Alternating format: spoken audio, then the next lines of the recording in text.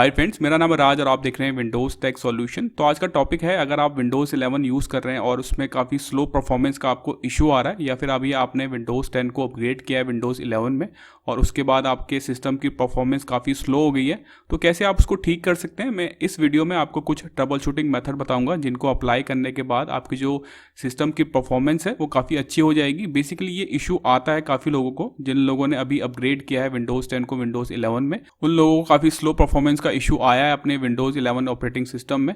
तो मैं आपको जो मेथड बताऊंगा वो आपने एक एक करके अप्लाई करना है और आपका जो इशू है काफ़ी हद तक सॉल्व हो जाएगा, आपकी परफॉर्मेंस काफ़ी हद तक इंक्रीज हो जाएगी। तो पहला मेथड है, आपने जाना है अपने सी ड्राइव के अंदर जिसके अंदर विंडो इंस्टॉल होती है। आपको जाना है दिस पीसी के ऑप्शन में और ये सी ड्राइव को ओपन करेंगे। इसके बाद विंडोज़ का जो फोल्डर है ये वाला, इसको आपने ओपन करना है। इसके बाद यहाँ पे एक फोल्डर होता है सॉफ्टवेयर डिस्ट्रीब्यूशन का, उसको आपने ओपन करना है। ये देख सकते हैं, ये रहा फोल्डर सॉफ्टवेयर डिस्ट्रीब्यूशन, इसको आप ओपन करेंगे और इसके अंदर जितनी भी फाइल्स हैं आपको ये शिफ्ट डिलीट कर देनी है। कंट्रोल ए से सेलेक्ट कर लेंगे सबको और फिर शिफ्ट डिलीट कर देंगे।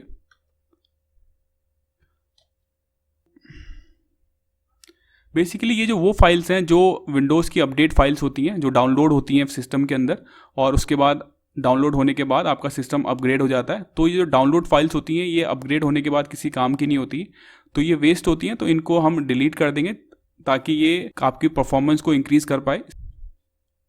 इसके बाद जो नेक्स्ट मेथड है, आपने जाना है सर्च वाले आइकन पे, ठीक है, और यहाँ पे आपने लिखना है रन कमांड ओपन करनी है, ठीक है। फिर यहाँ पे आपने लिखना है क्लीन mgr, ठीक है। ये लिख के आप एंटर प्रेस करेंगे।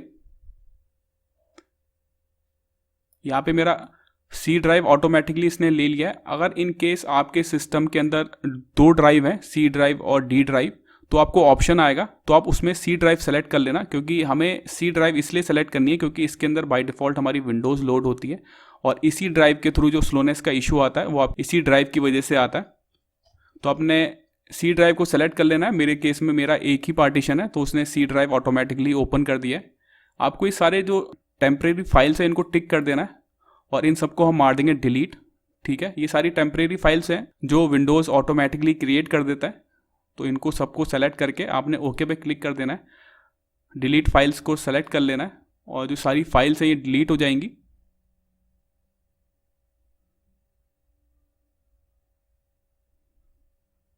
ठीक है, अब हम चलते हैं हमारे नेक्स्ट मेथड की ओर। उसके लिए आपने फिर से जाना है सर्च बार पे, जो सर्च आइकन है इस पर आपने क्लिक करना है और यहाँ पे आपने लिखना है टास्क मैनेजर। ये देखिए ऑप्शन खुल गया टास्क मैनेजर का, इसको आपने ओपन कर लेना है।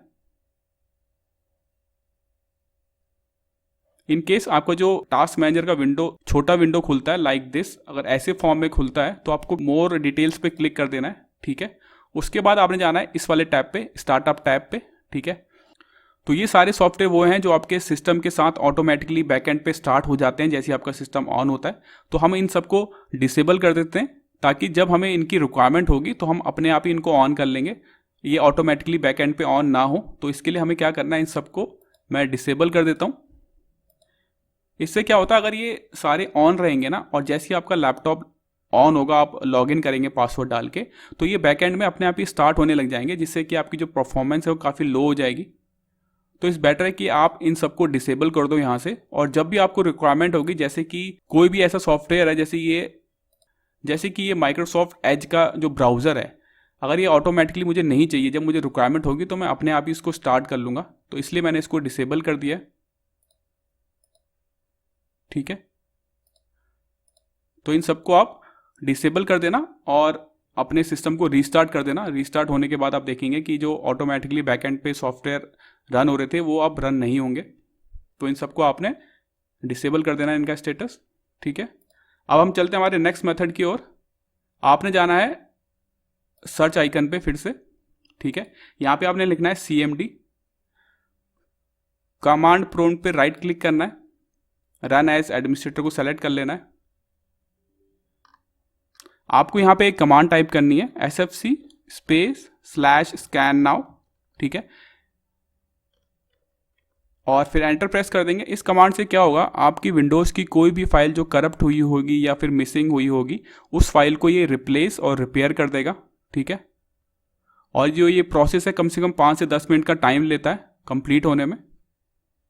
तो इसके बाद जो हमारा नेक्स्ट और फाइनल ट्रबल शूटिंग मेथड है उसके लिए हम क्या करेंगे, हम जाएंगे फिर से सर्च वाले आइकन पे, यहाँ पे आपने लिखना है trouble shoot. Trouble shoot setting का ऑप्शन आपको दिख जाएगा, इस पर आपने क्लिक करना है। उसके बाद आपने जाना है अदर ट्रबल शूटर्स, इस पर आपने क्लिक करेंगे। अब यहाँ पे आप देख सकते हैं आपको मिलेगा विंडोज़ अपडेट का, इस पर आपने इसको रन कर देना है। विंडोज़ अपडेट का ट्रबल शूटर आपने रन कर देना है। ये विंडोज़ के अपडेट के रिलेटेड कोई भी इशू होगा, कोई भी फाइल मिसिंग होगी या फिर करप्ट हुई होगी, उनको ये रिपेयर कर लेगा आइडेंटिफाई करके, और इस प्रोसेस में भी थोड़ा टाइम लगता है। तो ये कुछ ट्रबल शूटिंग मेथड थे जिनको अप्लाई करने के बाद जो आपकी सिस्टम की परफॉर्मेंस है वो काफ़ी हद तक इम्प्रूव हो जाएगी, और ये ट्रबल शूट करने के बाद आप अपने सिस्टम को रीस्टार्ट कर देना और आपको काफ़ी अच्छी परफॉर्मेंस देखने को मिल जाएगी। Thank you, thanks for watching Windows Tech, have a nice day.